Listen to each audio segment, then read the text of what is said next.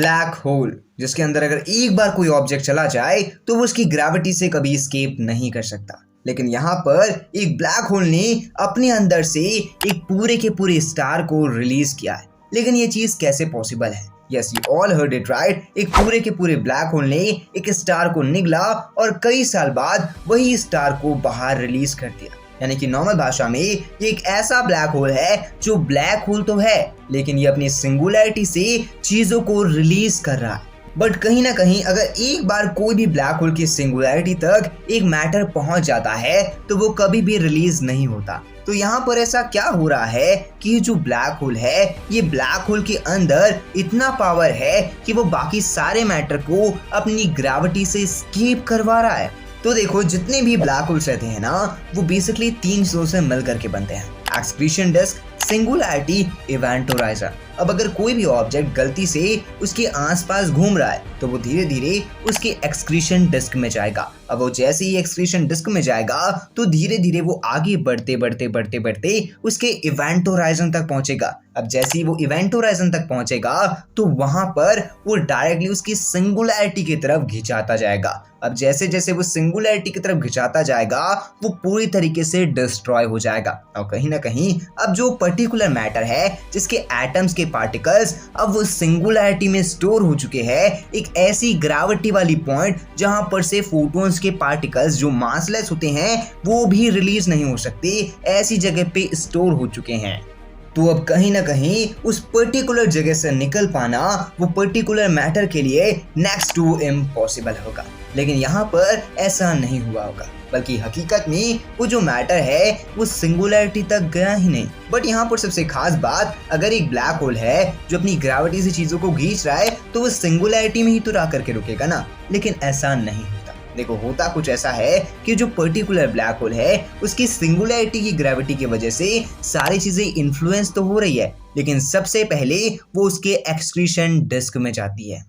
यानी कि नॉर्मल भाषा में अगर देखें तो अगर एक ब्लैक होल है, अगर वो ब्लैक होल कोई दूसरे स्टार को इन्फ्लुएंस कर रहा है तो वो स्टार उसके करीब आता जाएगा। अब जैसे जैसे वो उसके करीब आएगा तो धीरे धीरे वो उसके एक्सक्रीशन डिस्क में जाएगा। अब वो जो पर्टिकुलर एक्सक्रीशन डिस्क जहां पर गामा रेज है वो जैसे जैसे उसके अंदर जाएगा वो डिस्ट्रॉय हो जाएगा। अब वो जो पर्टिकुलर सन था जो अब डिस्ट्रॉय हो रहा है और वो एक्सक्रीशन डिस्क में गोल गोल घूम रहा है, वो ब्लैक होल की इवेंट होराइजन में अब अगर गलती से वो इसके इवेंट होराइजन के अंदर जाने का ट्राई कर रहा है ग्रेविटी की वजह से, तो इसके बहुत ही ज्यादा चांसेस है कि जो ग्रेविटेशनल फोर्स है वो एक्चुअली में वहां पर ना लग करके वो जो एक्सक्रीशन डिस्क है वहां पर लगेगी।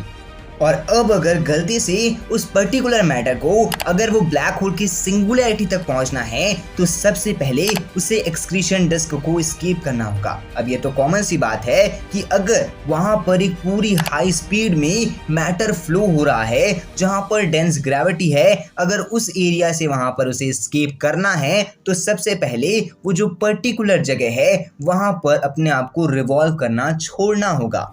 लेकिन यहाँ पर वो जो स्टार था उसने रिवॉल्व करना तो छोड़ा, लेकिन हुआ कुछ ऐसा कि वहां पर आजू बाजू में जो वैक्यूम एरिया था जहां पर डार्क मैटर था, वो डार्क मैटर में कुछ प्रॉब्लम आई और अचानक से वो जो पर्टिकुलर बंच बनाया था उस डार्क मैटर ने एक ग्रेविटी बनाई थी कि वो सारी चीजें वहीं पर स्टेबल रह पाए, वो डायरेक्टली स्टेबल नहीं रह पाई। और गलती से वो जो स्टार था वो स्टार उस एक्सक्रीशन डिस्क में जो हाई पोटेंशियल एकदम एक्सपेंडिंग फोर्स लग रही थी क्योंकि वो गोल गोल घूम रहा था, तो पर्टिकुलर हुआ कुछ ऐसा, वो जब गोल गोल घूम रहा था तो उसमें फोर्स क्रिएट हुआ और वो जो स्टार था वो स्टार अचानक से उस एक्सक्रीशन डिस्क से एस्केप करके बाहर रिलीज हो गया। और जब वो बाहर रिलीज हुआ तो वो इतना ज्यादा दूर जा चुका था फोर्स की वजह से कि वो उस पर्टिकुलर ग्रेविटी से एस्केप कर गया और उस ब्लैक होल से बाहर निकल गया। यानी कि कहीं ना कहीं अगर हम हकीकत में देखें तो वो जो पर्टिकुलर स्टार था वो कभी भी उस ब्लैक होल के अंदर नहीं गया, यानी कि उस ब्लैक होल के एक पार्ट में गया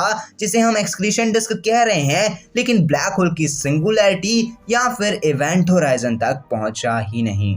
और यही वो मेन रीजन था जिस चीज की वजह से आज भी हम मानते हैं कि ये जो पर्टिकुलर स्टार था ये ब्लैक होल के अंदर से बाहर आया है। बट वेल, सबसे इंटरेस्टिंग पॉइंट तो ये है कि अगर गलती से वो इसके इवेंट होराइजन तक पहुंचता तो इसके मैनी मोर चांसेस है कि वो कभी भी बाहर नहीं आ पाता। बट वेल, अब आपको क्या लगता है कि क्या कभी कोई मैटर उस पर्टिकुलर सिंगुलैरिटी से बाहर रिलीज हो भी पाएंगे या फिर नहीं? आप अपनी ओपिनियन कमेंट बॉक्स में जरूर बताइएगा। बाकी आपको वीडियो देखने में मजा आया होगा, वीडियो से कुछ नया सीखने को मिला होगा तो वीडियो को लाइक करना।